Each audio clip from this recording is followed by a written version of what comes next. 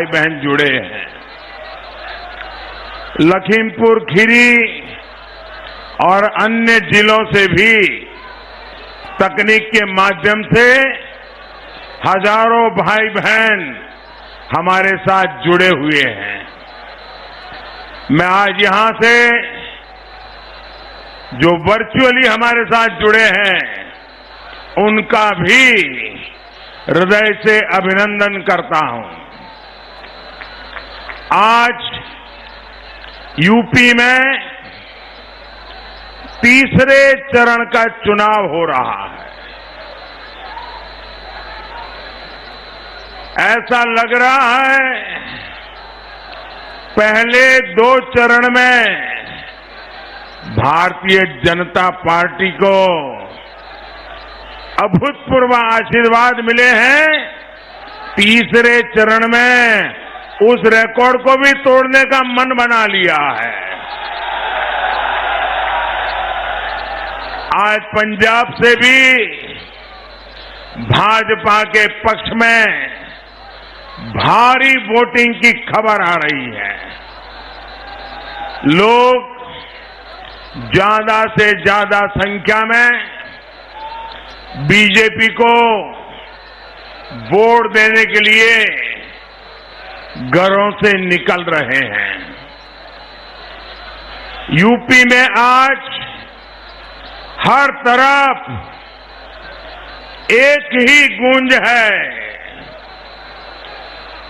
17 में हराया था, 22 में फिर से हराएंगे। यूपी के लोग योगी जी को ही लाएंगे। साथियों, उन्नाव की इस धरती का जुड़ाव सूर्यकांत त्रिपाठी निराला जी, बाबू भगवती चरण वर्मा और श्रीमान रामविलास शर्मा जैसे साहित्य के महान मनीषियों से में रहा है। मैं भी आप लोगों से अपनी बात की शुरुआत एक कहावत से करना चाहता हूं। ये कहावत गौर परिवारवादियों पर बिल्कुल फिट बैठती है और ये कहावत है,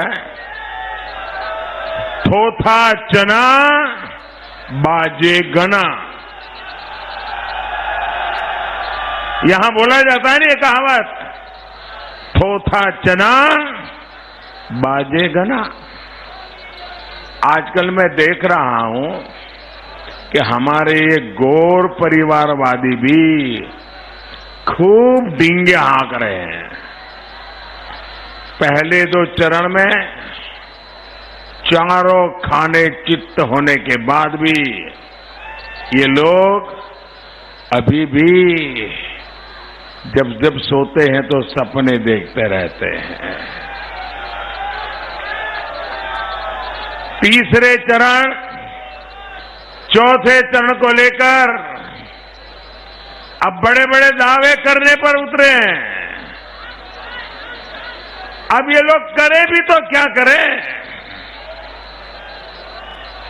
आप मुझे बताइए, खाली बर्तन ज्यादा आवाज करता है या नहीं करता है? करता है ना, सबको पता है। खाली बर्तन ज्यादा आवाज करता है। जबकि सच्चाई क्या है, ये मैं आज आपकी इस धरती पर आकर के आपको बताना चाहता हूं। हालत यह है कि जिस सीट को ये लोग सबसे सुरक्षित मान करके बैठे थे, वो भी हाथ से निकल रही है।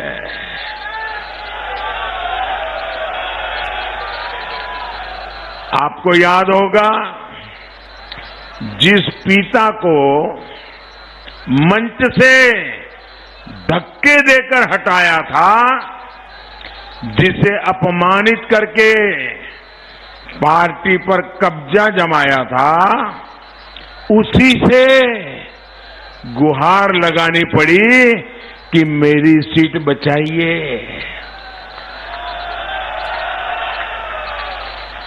जब मुख्यमंत्री पद का उम्मीदवार ही अपनी ही सीट पर असुरक्षित हो तो हवा के रुख का पता आसानी से लगाया जा सकता है।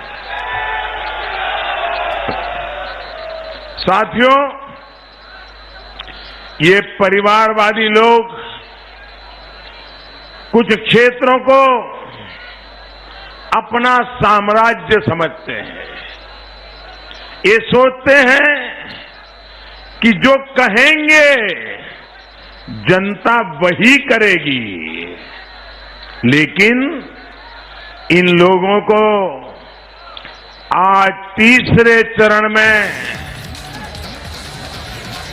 उत्साह के साथ मतदान कर रही उत्तर प्रदेश की जनता कह रही है, आएगी तो भाजपा ही, आएंगे तो योगी ही।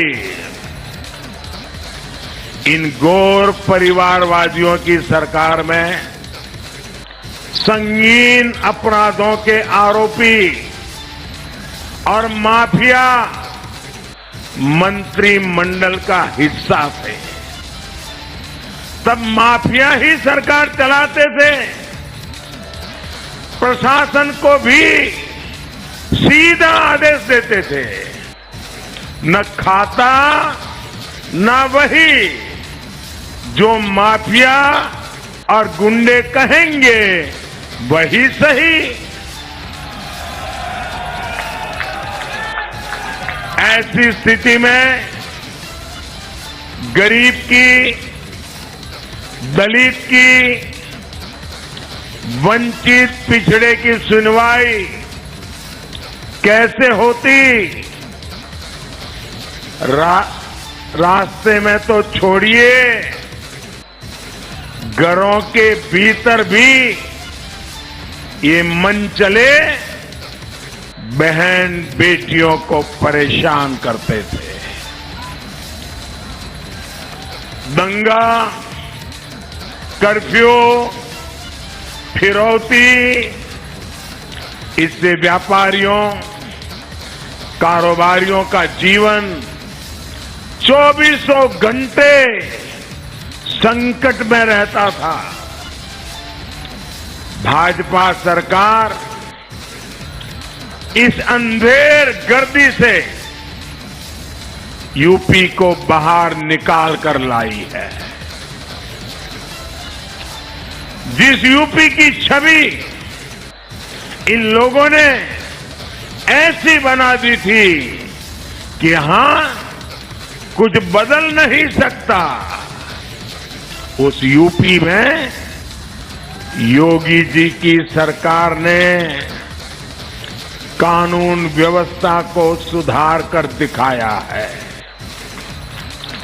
इसलिए यूपी पूरी ताकत से कह रहा है, जो सुरक्षा लाए हैं हम उनको लाएंगे। जो सुरक्षा